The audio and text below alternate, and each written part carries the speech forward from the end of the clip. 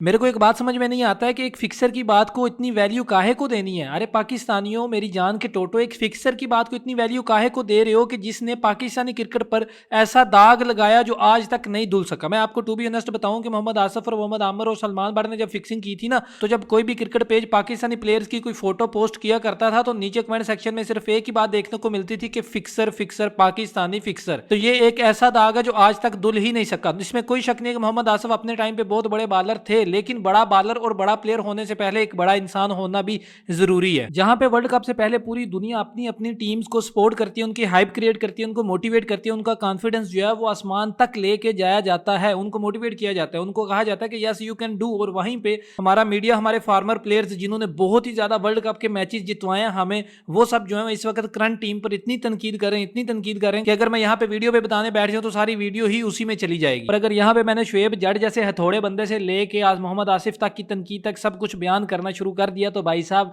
आप भी comment section में गालियां निकालने पर मजबूर हो जाएंगे। तो इसलिए हम इस चीज को साइड पे रखते हैं और बात करते हैं मोहम्मद आसिफ ने जो बाबर आजम के बारे में एक बयान दिया उसके बारे में। लेकिन उससे पहले अगर अभी तक आपने मेरे इस क्रिकेट वाले चैनल को सब्सक्राइब नहीं किया तो भैया क्या कर रहे हो तुम लोग, कर क्या रहे हो भाई साहब? सब्सक्राइब करो ना, चैनल को सब्सक्राइब करो। सब्सक्राइब वाला बटन कौन सा तुम लोगों से बहुत दूर है, ये पास ही तो रखा है यूट्यूब ने। चैनल को सब्सक्राइब करो। तो मोहम्मद आसिफ जो है वो आजकल ट्विटर पे होते हैं। अरे भैया बेरोजगार आदमी और क्या करेगा, ट्विटर पर ही आएगा ना। ट्विटर पर स्पेस में शुएब जट के साथ बात करते हुए उन्होंने ये कहा कि मैं बाबर आजम को अभी भी मेडन ओवर डाल सकता हूं।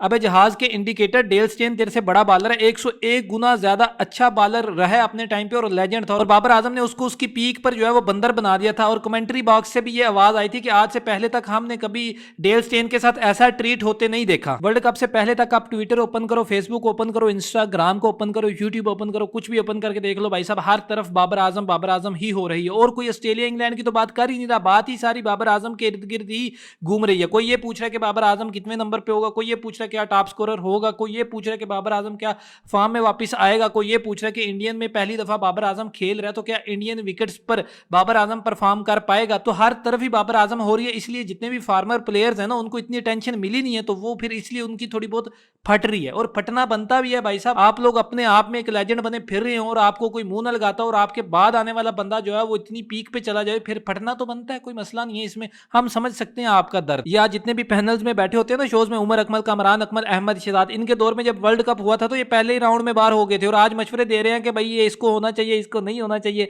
सीधा कहो ना कि भाई अहमद शहजाद को भी होना चाहिए, उमर अकमल को भी होना चाहिए और कामरान अकमल भैया को भी होना चाहिए। आज भी आप कामरान अकमल से पूछोगे वो कहेगा कि भाई मैं तो फिट हूं वर्ल्ड कप खेलने के लिए। उसके बाद जैसे स्क्वाड अनाउंस हुआ तो उसमें यह भी कहा गया कि इमाद वसीम को होना चाहिए। देखो यार, हर बंदे की अपनी राय है, हम अपनी राय देते हैं, आप भी अपनी राय कमेंट सेक्शन में जरूर देना। इमाद वसीम एक आर्म बॉलर, और आर्म बॉलर जो है उसके पास एक ही वैरायटी होती है। आप एक वैरायटी के साथ टी20 में तो सक्सेसफुल हो, क्योंकि टी20 में विकेट्स लेना मकसद नहीं होता, उसमें बॉल्स को मिस करवाना मकसद होता है। इसी तरह ओडीआई में विकेट्स लेना मकसद होता है। और आप एक वैरायटी के साथ कितनी विकेट्स लोगे भाई? बल्लेबाज को आपका पहला ओवर मुश्किल लगेगा, उसके बाद दूसरा ओवर भी चलो हम इमेजिन कर लेते हैं कि उसको मुश्किल लगेगा, लेकिन तीसरे ओवर में उसने आपकी वैरायटी को पिक कर लेना और फिर उठा उठा के बाहर फेंकेगा। फिर आप कहोगे कि भैया ये तो गलत हो गया, मैं आउट ऑफ फॉर्म चल रहा हूं। और रही बात शदाब खान की, तो शदाब भैया भी हमारी मजबूरी है। मैं आपको सही बताऊं ना, टीम की मजबूरी है। वो इतना एक्स्ट्रा ऑर्डिनरी कोई भी परफॉर्मेंस नहीं है उस बंदे की। एक आध मैच में मेरे ख्याल में कोई बैटिंग करके जितवाया था उस बंदे ने, उसके अलावा कोई भी एक्स्ट्रा ऑर्डिनरी परफॉर्मेंस नहीं है, स्पेशली बॉलिंग में। इवन शदाब लाला की आप 3 साल पहले की बॉलिंग भी देख लो तो यही काम किया करते थे, एक फुल टॉस और एक लूज बॉल पीछे करके डाल देनी है और फिर बल्लेबाज ने उठा उठा के बाहर देना। आप रोहित शर्मा को फुल टॉस दे रहे हो, वो क्या कहेगा कि आज जो शदाब भैया मैं आपको चुमियां देता हूं, तो वो तो उठा के बाहर ही फेंकेगा ना बॉल को। तो इसलिए शदाब खान भी हमारी मजबूरी है। और अगर आप दूसरे स्पिनर्स की बात करें जैसे कुलदीप यादव है या श्रीलंकन स्पिनर्स होते हैं, तो वो कैरम मारते हैं, फ्लिपर मारते हैं, ड्रिफ्टर मारते हैं, उनके पास वैरायटीज इतनी ज्यादा है कि बल्लेबाज जज करने में इतना टाइम लगा देते हैं, क्या पता नहीं इसने कैरम डाला, फ्लिपर डाला, ड्रिफ्टर मारा, क्या इसने कौन सी बॉल कराई, इतने में वो काम हो जाता है, इतने में बॉल सीधा स्टंप्स पे या पैड्स पे लग जाता है। तो इसी चक्कर में बल्लेबाज जो है वो विकेट अपनी गवा देता है। हमारे पास जितने भी स्पिनर हैं वो सारे सीधी सीधी बॉल करने वाले हैं, एक एक वैरायटी उनके पास बस। और सैड रियलिटी यही है कि हमने सईद अजमल के बाद कोई भी अच्छा स्पिनर प्रोड्यूस नहीं किया। ये जो अब रिसेंटली एशिया कप हुआ उसमें जाके हमारे स्पिनर्स एक्सपोज हो गए और हमें पता चला कि हाँ भाई सिर्फ पेस मैटर नहीं करती, हमें स्पिनर्स पर भी काम करना पड़ेगा। खैर ये सारा शुगल मेला तो अब चलती रहेगा। वर्ल्ड कप आ गया, वर्ल्ड कप में ये शुगल मेला ना हो तो फिर वर्ल्ड कप का मजा तो नहीं आएगा ना। तो इसीलिए हम भी शुगल मेला करते रहेंगे इस चैनल पर। अगर अभी तक आपने चैनल को सब्सक्राइब नहीं किया तो चैनल को सब्सक्राइब कर लो। मिलते हैं कल के क्रिकेट वीडियो में। Love you all.